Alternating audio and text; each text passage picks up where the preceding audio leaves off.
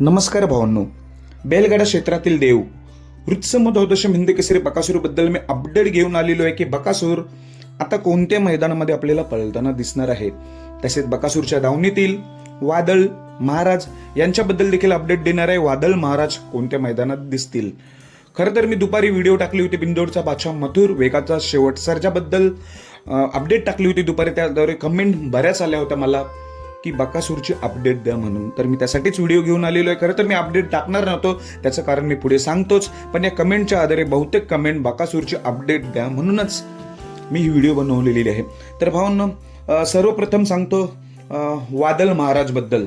तर भावांनो, वादळचं अजून नियोजन झालेलं नाही. महाराज उद्याच्या मैदानात 100% पळणार आहे. महाराज आपल्याला उद्या पळताना दिसणार आहे. वादळचं सध्या नियोजन चालू आहे. वादळचं नियोजन अजून कन्फर्म नाही. रात्रीपर्यंत जर नियोजन झालं वादळचं तर वादळ देखील उद्या दिसू शकतो. पण खरं तर 100% महाराज उद्या आपल्याला पळताना दिसणार आहे. तर बकासूरची काय अपडेट? बकासूर दिसणार आहे का? तर नाही, बकासूर उद्या देखील नाही. खरं अपडेट तुम्हाला द्यावीशी वाटते की बकासूर आता भरपूर दिवस आरामावर असणार आहे. कारण की आता मागचे मैदान गराडे मैदानामध्ये बकासूरचा सेमीला पराभव झाला. तर तिथे घरचीच गाडी पळाली होती. खरं तर गाडी कडेने आली होती. त्याच्या आधी देखील एक मैदान पळालं होता. 2026 मध्येच 2 मैदानं झाले. दोन्ही मैदानात सेमीला कडेनेच गाडी आली होती. सेमीला पराभव झाला होता. 2025 बकासूरने खूप गाजवून ठेवलेलं आहे. तुम्ही त्याच्या व्हिडिओ देखील बघितले असेल, पॅम्पलेट बघितलं असेल, इंस्टा बघितलं असणार. जेवढे गुलाल आहेत तेवढे नंदींचं मैदान देखील होऊ शकत नाही असा आपला लाडका बैलगाडा क्षेत्रातील बकासूर. 2026 आले, 2 मैदानं झाली. दोन्ही मैदानात पराभव स्वीकारावा लागला, पण कमबॅक करण्यात आपला बकासूर माहीर आहेत. नक्कीच येतील दिवस बकासूरचे. पण सध्या तुम्हाला मी खरंच सांगतोय, सध्याचे मागचे मैदानं बघता बकासूरचा पराभव जो होतोय त्याचं कारण शोधण्याचा प्रयत्न करतात. बरेच बकासूर तुम्हाला आजारी आहे तर माहितीच आहे. डॉक्टरकडे मागेच गेला होता चिपळूण मैदानाच्या आधी. आता देखील चालू आहे त्याचं. नक्की कारण काय, एवढा स्लो का होतोय आपला बकासूर, त्याचं कारण शोधण्याचा प्रयत्न करतात. त्यामुळे आपले बकासूर बरेच दिवस आरामावर दिसणार आहे. मग कधी दिसणार? तर खात्रीशीर अपडेट एवढीच आहे, एवढीच मला दिलेली आहे त्यांनी की 23 तारखेला जे ओपनचं मैदान आहे, स्वीप 4 व्हीलरचं जे मैदान आहे, या मैदानात 100% पळणार आहे. स्वीपच्या मैदानात 23 जानेवारीला आपला बकासूर 100% पळणार आहे. त्याच्या आधी एक मैदान जर नियोजन झालं तर होऊ शकतं. तर ते कोणतं मैदान?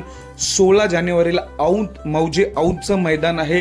या मैदानात बकासूर दिसला तर दिवशी शकतो, नाहीतर आरामात असणार आहे. डायरेक्ट 23 तारखेलाच आपला बकासूर दिसणार आहे.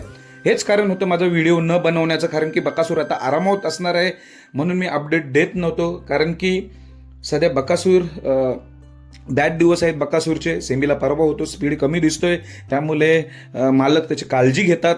नक्की त्याला आता आराम देऊन आरामाच्या नंतर आपला बकासूर पळताना दिसणार आहे. स्वीपच्या मैदानात 100% दिसणार. जर 16 जानेवारीच्या मैदानात मौजे औदला दिसला तर दिसू शकतो. ते कन्फर्म नाही, पण स्वीप मैदानाचं कन्फर्म आहे. तोपर्यंत आरामावर असणार आहे आपला वृत्सम द्वादशम हिंद केसरी बकासूर. नक्कीच कमबॅक करेल आपल्यासाठी. आणि उद्या येतोय महाराज 100% उद्याच्या मैदानात पळणार आहे. आणि त्याच्यात दावणीतील वादळचं सध्या नियोजन चालू आहे. जर रात्री नियोजन झालं तर वादळ देखील दिसू शकतो, पण महाराज कन्फर्म येतोय.